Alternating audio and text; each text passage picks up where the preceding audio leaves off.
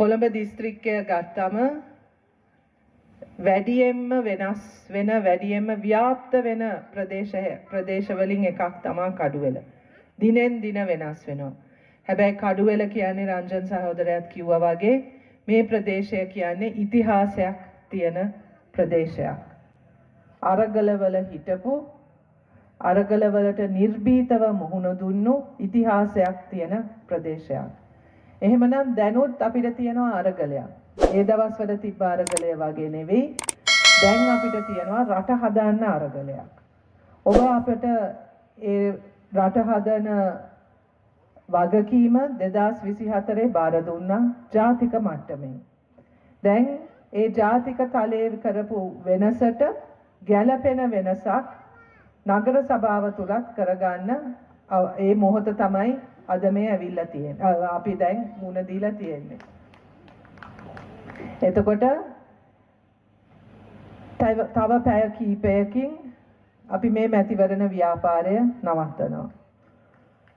ඊතුරු දවස් කීපය තුල ඒක සම්ප්‍රදායනුකූලව ඒ දින දෙකක නිහඬතාවය මැතිවරණ කොමිසමෙන් ප්‍රකාශයට පත් කරන්නේ ජනතාවට හිතන්න මොහොතක් දෙන්න.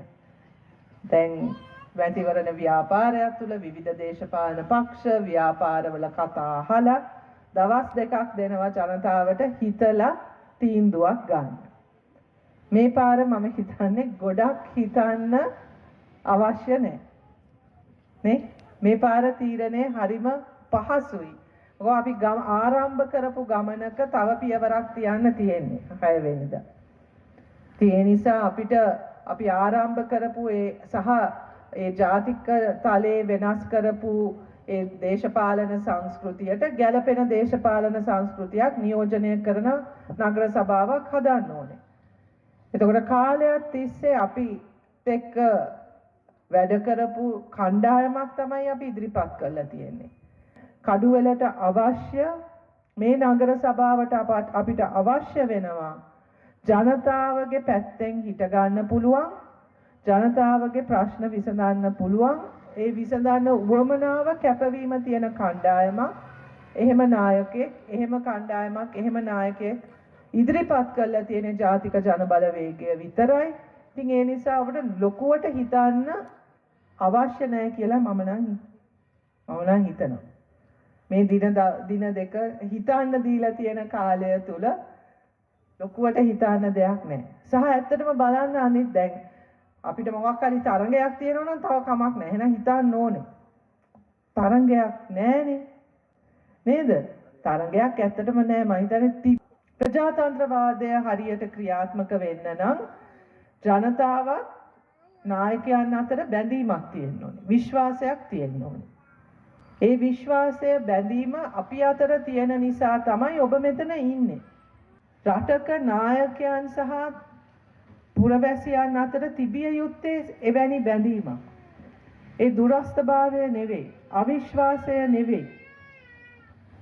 ඒ තමනුත් පාලනයේ කොටස්කරුවන් කියන හැඟීමක් ඇති වෙන්න ඕනේ. ඒක මම හිතන්නේ ඇති කළා තියෙන්නේ මාලිමාව ආණ්ඩුවක් හරහා. මාලිමාව ආණ්ඩුවක් තුල අපි සියලු දෙනා එකතු වෙලා මේ ගමනක් යන්න ඕන කියන ඒ හැඟීම තියෙන නිසා තමයි අපි දකින්නේ. නේද? නායකත්වය තුලින් සමගිය, සාමූහිකත්වය, එකිනෙකා රැක බලා ගැනීම, මෙවැනි දේවල් කතා කරනකොට මෙවැනි දේවල් පිළිබඳ සංවාදයක් ඇති වෙනකොට මේවා තමයි අපේ සමාජය තුළ තිබිය යුතු වටිනාකම් කියලා නායකත්වය කියනකොට ඒවා පිළි අරගෙන ඒ අනුව මිනිස්සු සංවිධානය වෙනවා, ලෑස්ති වෙනවා, ඒකට ප්‍රතිචාරයක් දක්වනවා. එහෙම රටක් නේද අපි හදන්න ඕනේ. අපි හැමෝටම ආරක්ෂාව, සුරක්ෂිතතාවය දැනෙන ආණ්ඩුව පිළිබඳව විතරක් නෙවෙයි, එකිනෙකා පිළිබඳවත් විශ්වාසයෙන් ජීවත් වෙන්න පුළුවන් සමාජයක් නේද අපි ගොඩනගන්න ඕනේ. එහෙම එකක් ගොඩනගන්න පුළුවන් නායකත්වය තියෙන්නේ මාලිමාව තුල විතරයි. මොකද ඒක තමයි අපේ භාවිතාව. අපි එකිනෙකා රැක ගන්නවා, එකිනෙකා මත විශ්වාසය තියෙනවා, සාමූහික ගමනක් යන්නේ. ඒ වටිනාකම් තමයි සමාජය තුළ අපි ප්‍රවර්ධනය කරන්නේ. එතකොට ප්‍රතික්ෂේප වෙන්නේ ඒකට ප්‍රතිවිරුද්ධ වටිනාකම් නියෝජනය කරන දේශපාලන ව්‍යාපාර සමාජ ව්‍යාපාර. එතකොට වෛරය, අසමගිය, ප්‍රචණ්ඩත්වය තැනක් එන්න අඩු වෙමින් යනවා. ඒ සමාජ වෙනස.